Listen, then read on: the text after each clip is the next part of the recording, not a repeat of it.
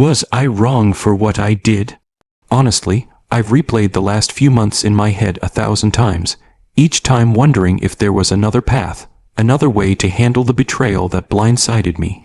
But then I remember the cold look in her eyes, the casual way my son dismissed my life's work, and the fire ignites all over again. They thought they could take everything from me, sell the land that has been in my family for generations, and leave me with nothing, all while unknowingly holding a very personal secret against them. Tell me, if you were in my shoes, would you have done the same thing? Let me take you back to where it all began. My name is Arthur, and I'm 68 years old. I've lived on this farm, the Miller Homestead, since the day I was born. My father was born here, and his father before him. This isn't just a piece of land, it's a living, breathing history book of my family. Every furrow in the field, every nail in the barn, every gnarled branch on the old apple tree holds a memory. We've had our fair share of tough times, droughts, lean years, but we always pulled through. My late wife, Sarah, loved this farm as much as I did.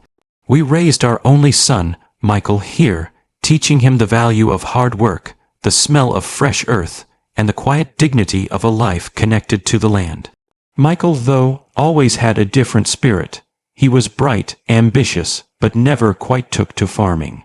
He went off to college, got a degree in business, and moved to the city. I was proud of him, of course.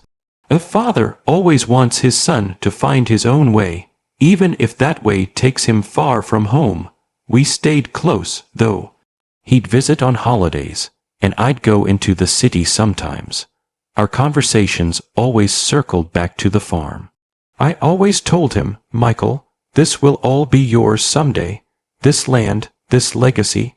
He'd nod, smile, and say, I know, Dad, I appreciate it. I truly believed he did. A few years ago, Michael met Sophia. She was a whirlwind of energy, sophisticated, city-bred, and undeniably charming. At first, I was happy for him. She seemed to make him happy. She was vivacious, quick-witted, and always dressed impeccably. They married in a beautiful ceremony, and I gave them my blessing, hoping that she would bring joy and stability to his life. What I didn't realize then was the calculating mind hidden beneath that polished exterior. Over time, I started to notice subtle shifts. Sophia had a way of subtly undermining things that were important to me, especially anything related to the farm. She'd make comments about the rustic decor, the smell of manure when they visited, or how quaint my lifestyle was. Michael, who used to defend the farm with a quiet pride, started to laugh along with her, sometimes even joining in the gentle jabs. It hurt, but I brushed it off. They were young city people. They just didn't understand, or so I told myself.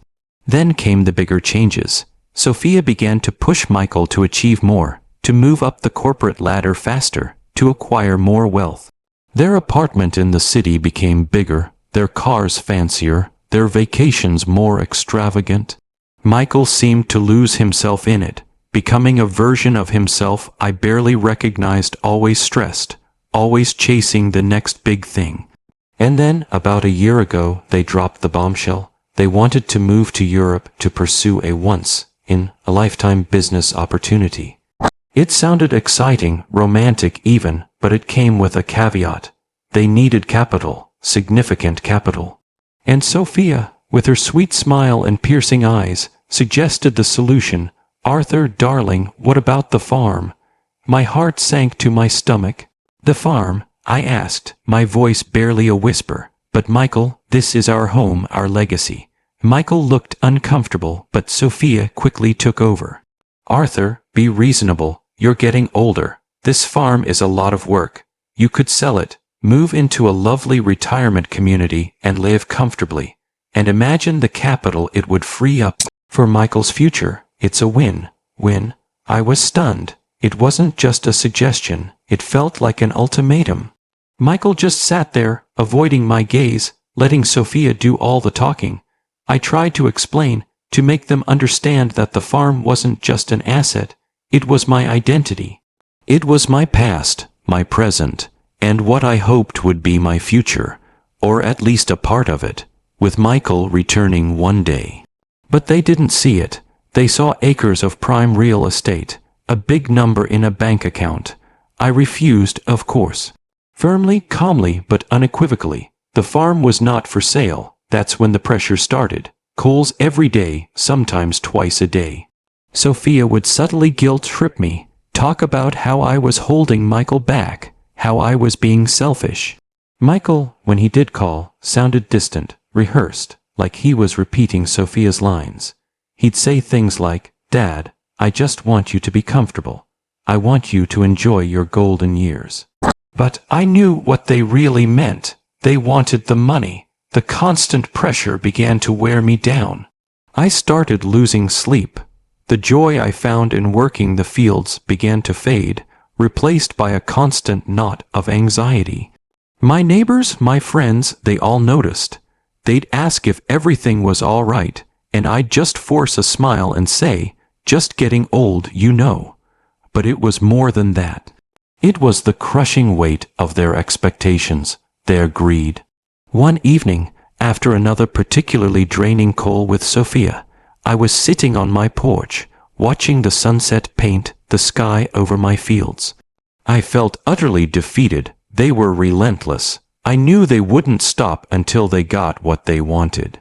It was then, in that moment of despair, that a thought, a flicker of an idea, came to me. It wasn't fully formed, just a vague sense of something. I remembered a conversation from years ago, a casual remark, something I had tucked away and forgotten. A little seed of information that Sophia, in all her meticulous planning, had overlooked. You see, Sophia's parents, the Caldwells, weren't exactly wealthy. They ran a struggling local hardware store. A few years back, they had fallen on hard times. They needed a significant loan to keep their business afloat, to avoid foreclosure on their own home, which was tied to the business. Most banks had turned them down. They were desperate. My late wife, Sarah, had been good friends with Sophia's mother, Eleanor. They'd known each other since childhood. Eleanor came to Sarah, tearful and distraught, begging for help. Sarah, with her boundless compassion, came to me. We weren't rich by any means, but the farm had given us a decent living, and we had some savings, enough to help a friend in need. We discussed it, and decided to offer them a private loan. It was substantial, secured by a mortgage on their home and business property. The terms were fair, but firm. It was a proper, legally binding agreement, drawn up by a lawyer. Eleanor and her husband, Robert, were incredibly grateful. They promised to pay us back, and for a while they did. But then, their business continued to struggle, and their payments became sporadic, then stopped altogether. I didn't press them. I knew they were having a hard time. Sarah had passed away shortly after the loan was made, and I just didn't have the heart to chase after them. The mortgage documents, signed and sealed, sat in my safe gathering dust. I hadn't thought about them in years, not until that evening on the porch. So that's the situation I was in, and I had to make a choice. Here I was, my son and his wife plotting to strip me of my heritage, all for their own financial gain, relentlessly pressuring me to sell the farm that meant everything to me. And there, in my safe, was a document that held a surprising amount of leverage over Sophia and her family. Before I tell you what happened next, I want you to pause and comment below what you would have done in my shoes. Would you have let them take your farm, or would you have fought back, using every tool at your disposal? The next day, I didn't return their calls. For the first time in months, I felt a strange sense of calm, a steely resolve settling in my bones. I went to the bank, emptied my safety deposit box, and retrieved the old legal documents. The mortgage papers, signed by Robert and Eleanor Caldwell, were still valid. The amount owed, with accrued interest, was substantial. Enough, I realized, to be a serious problem for Sophia's family. I made a few phone calls to a lawyer friend, someone who understood the intricacies of property law. He confirmed everything. The mortgage was legitimate, enforceable. I had the legal right to foreclose on their home and business if the debt wasn't repaid. It felt heavy, knowing I held such power, especially over the parents of my daughter-in-law. But then I thought of Sophia's relentless phone calls, Michael's evasiveness, and the casual cruelty of their plan. They wanted to take my home. Perhaps it was time they understood what it felt like to have their own home threatened. I invited Michael and Sophia to the farm for dinner. I told them I had given their proposition some more thought and wanted to discuss it in person. They arrived, Sophia radiating an almost triumphant air, Michael looking slightly uncomfortable, as usual. We sat down for dinner, a meal I cooked myself, trying to maintain an air of normalcy. I could see Sophia practically vibrating with anticipation, barely able to contain her excitement. After dinner, we moved to the living room. I poured us some coffee. So, Sophia began, her voice sweet as honey. Have you come to a decision, Arthur darling? I took a deep breath. Yes, Sophia, I have. I paused, letting the silence hang heavy in the air. Michael shifted in his seat. I understand you both are very keen on this European venture. I continued, my voice steady, and I understand you need significant capital to make it happen. Sophia's eyes gleamed. Exactly, she exclaimed. It's a once-in-a-lifetime opportunity for Michael. Indeed, I said, reaching for the old leather-bound box on the coffee table. And I've been thinking about how best to help you both achieve your dreams, while also securing my own future. I opened the box and carefully pulled out the stack of documents. Sophia frowned slightly, a flicker of confusion crossing her face. Michael, however, seemed oblivious.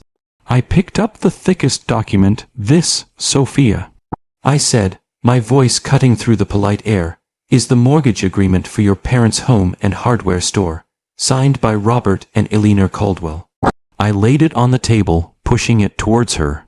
Sophia's face went pale. Her eyes darted from the document to my face, then back to the document. Michael, finally realizing something was amiss, leaned forward, a bewildered expression on his face. Dad, what is this? He asked, his voice laced with concern. This, Michael, I explained, is the very significant debt your in-laws owe me, a debt that with interest has grown quite substantial over the years. I looked directly at Sophia. They borrowed this money from Sarah and me to save their business and their home, and they haven't made a payment in 5 years. Sophia stammered, but that's not. My parents never said anything. No, I imagine they wouldn't. I replied calmly. It's not exactly a point of pride, is it? Especially when you're trying to project an image of success and ambition. I picked up another document. And this, I continued, is a notice of foreclosure. My lawyer drew it up this morning.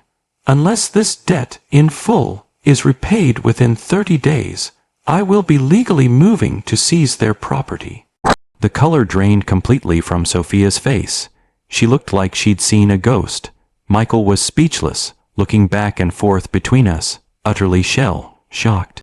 You can't, Sophia gasped, her voice trembling. That's my parents' home, their business, just as this, I said, gesturing around the living room, is my home, my family's business, the land that has sustained us for generations, the land you and Michael were so eager to sell out from under me. The silence in the room was deafening. Sophia was hyperventilating. Michael finally found his voice, a weak, bewildered whisper. Dad, why didn't you ever tell me about this? Why would I, Michael? I asked, my voice holding a hint of the pain he had caused. It was a private matter, a kindness extended to your mother's friend. It was never meant to be leverage, until you and Sophia made it necessary. I leaned forward slightly. So, here's the deal. You want to sell my farm, fine. But first, you need to clear your parents' debt. And given the amount and the short time frame, I imagine that might make your European venture a little challenging, wouldn't you agree? Sophia started crying real, desperate tears. "Please, Arthur, don't do this. My parents will be ruined, and I won't be ruined." I challenged, my voice rising slightly. "My entire life's work, my memories, my future all gone, just so you two can chase another shiny object. You asked me to be reasonable. Now I'm asking you to be reasonable." Michael, looking completely distraught, put an arm around Sophia. "Dad, please, there has to be another way." "There is, Michael," I said, my voice softening just a fraction.